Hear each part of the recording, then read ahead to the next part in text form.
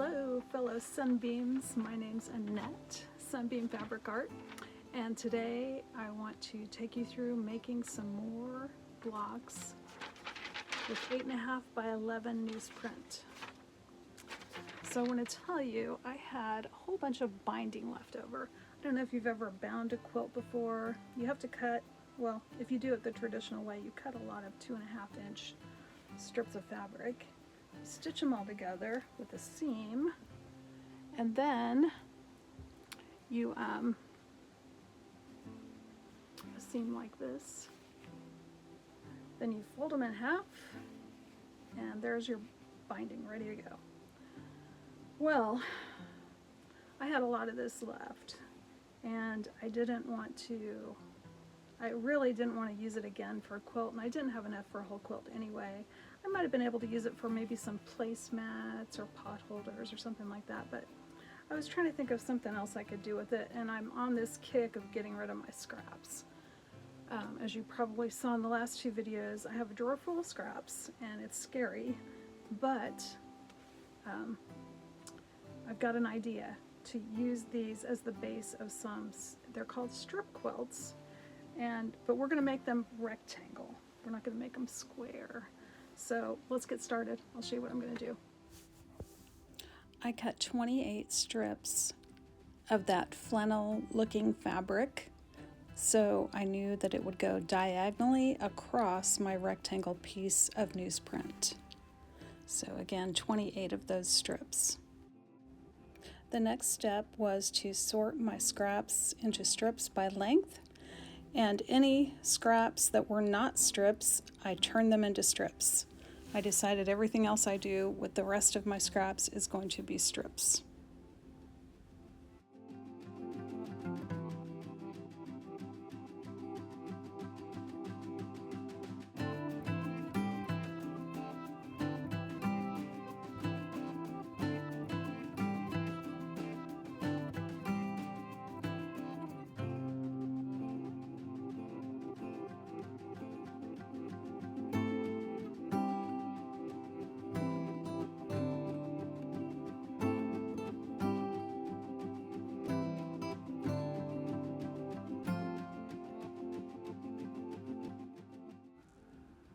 I do have to admit, it's a pretty satisfying feeling to watch that scrap drawer empty out.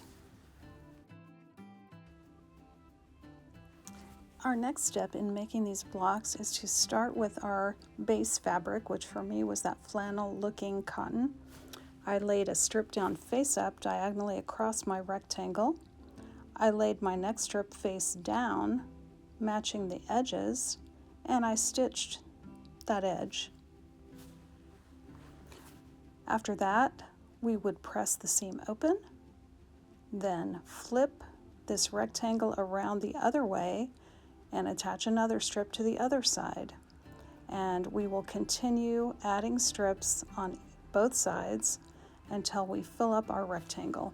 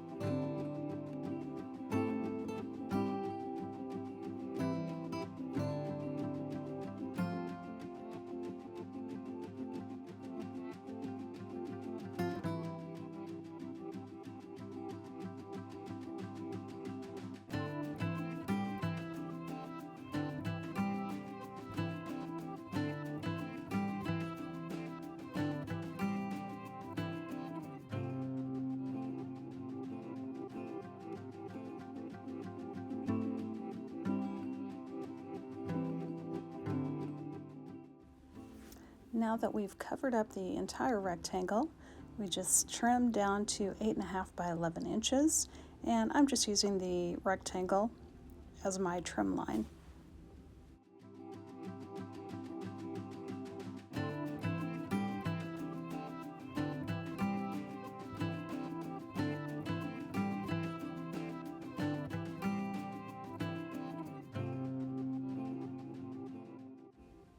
The next step is to gently remove the paper, which should come off pretty easily if you did a 1.8 stitch length or lower. And then the block is ready to stitch to another block, to stitch to another block and another block, and pretty soon you will have a quilt top.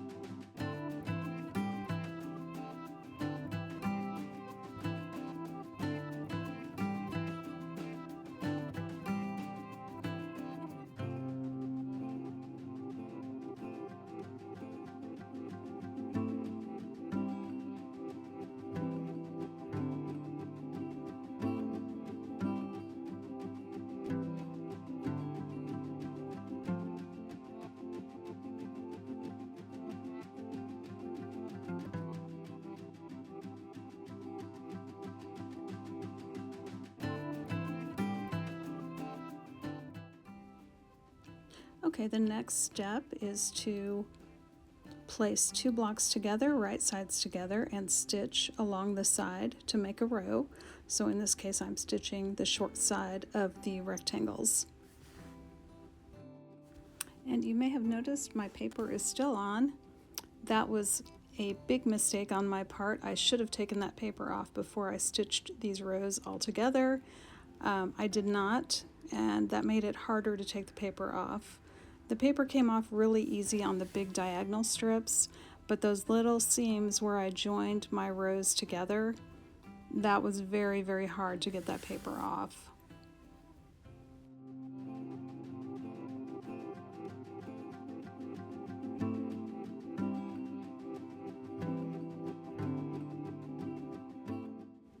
Now it's time for a funny story.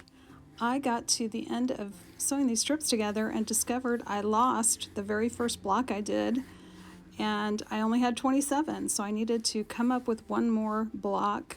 So I threw a label, a pre-made quilt label, on a block in the center, and I just log cabin style sewed strips around the label.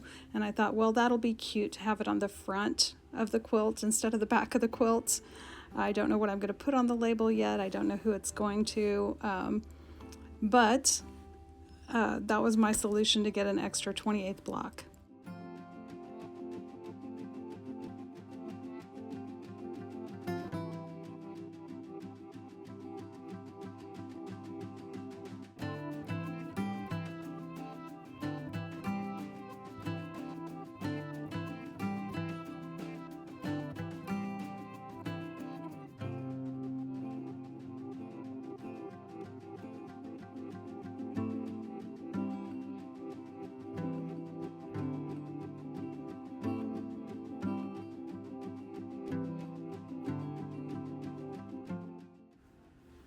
Well, removing that paper took a lot longer than I expected because I should have removed the paper before I set the blocks together. But now that all the paper's off, it's time to pin rows together. And I only put, since my rows are 4 blocks wide, so I'm only using 3 pins per row to secure it to the next row. Just putting 3 pins where those blocks come together.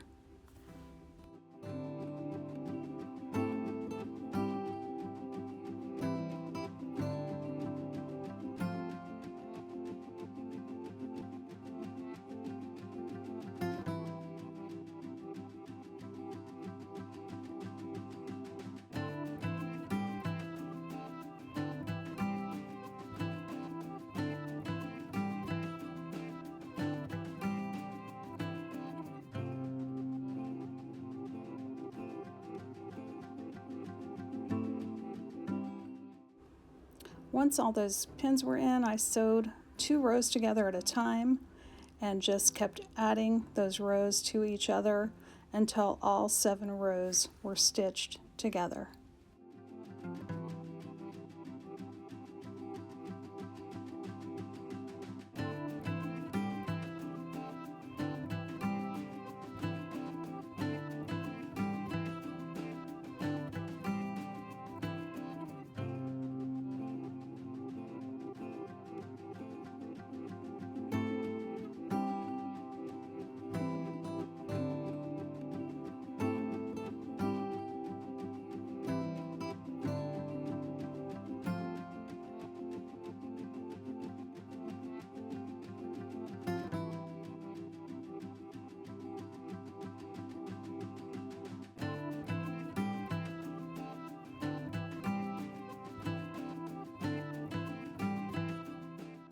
With it all stitched together, it was time for the ultimate test.